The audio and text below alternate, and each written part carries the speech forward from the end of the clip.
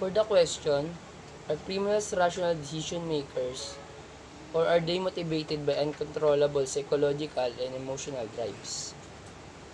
My answer is criminal are rational decision maker because I agree that whatever they do was planned carefully on how it been executed and processed, and since rational choice theory refers to the decision making and free will and an individual which is enough to explain the criminal act. For the question, would you want to live in a society where crime rates are low because criminals are subjected to extremely harsh punishment such as flogging for vandalism? My answer is yes, because crime is a crime who is destroy human life and other living things. For the question, it is possible to create a method of capital punishment that would actually deter murder, for example, by delicizing executions. What might be some the negative consequences of such punishment?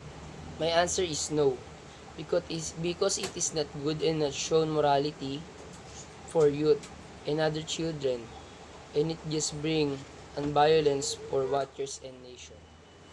For the question, what should be done with the young children of violence-prone criminal if in fact research could show that the tendency to commit crime is inherited? My answer is I think since children are violence-prone criminal and committing crime is inherited, they must be guided and monitored by the authority who can have and known a lot about neurological and psychological aspect. For the question, after considering the existing research on the subject, would you recommend that young children be forbidden from eating foods with a heavy sugar content? My answer is just control or better prevent eating food with high sugar content because an area of chemical factors such as diet, environmental contaminants, and hormonal imbalance that can affect behavior and decision making. For the question, research shows that kids who watch a lot of TV in adolescence are more likely to behave aggressively in adulthood.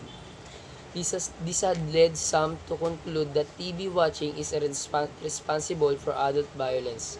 Can this relationship be explained in another way?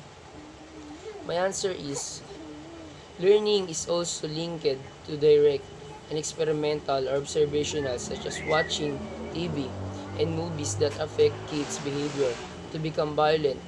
It can also link to development of their neurological and psychological. For the question, do you believe a distinct lower class culture exists? My answer is lower class culture exists. Society had an effect for changes through human actions. It can influence behavior and decisions. And lower class culture mostly have a strict rule has become part of their culture that most of the individual that result to criminal action. For the question, how would a structural theory explain the presence of middle class crime? My answer is, it tells that the urban poor violate the live because they live in areas in which social control has broken down. For the question, do negative labels cause crime? Or do people who commit crime become negatively labeled? That is our label a cause of crime or a result? My answer is criminals commit crime based on their society, behavioral and influential status. Labels create expectation that the labeled person will act in a certain way. For the question, once weakened, can a person bond to society because reattached? What social process might help reattachment?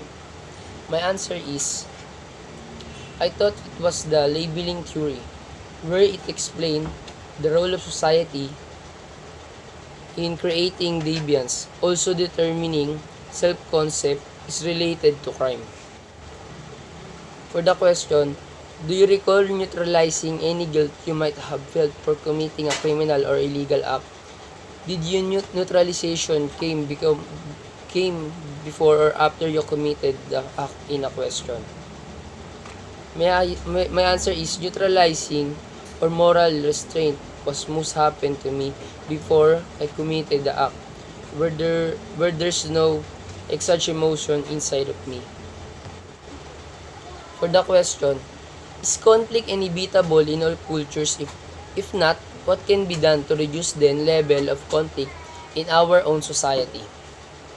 My answer is yes, since it's a part of social phenomena and a result of some natural situation, so that it was always happen in society.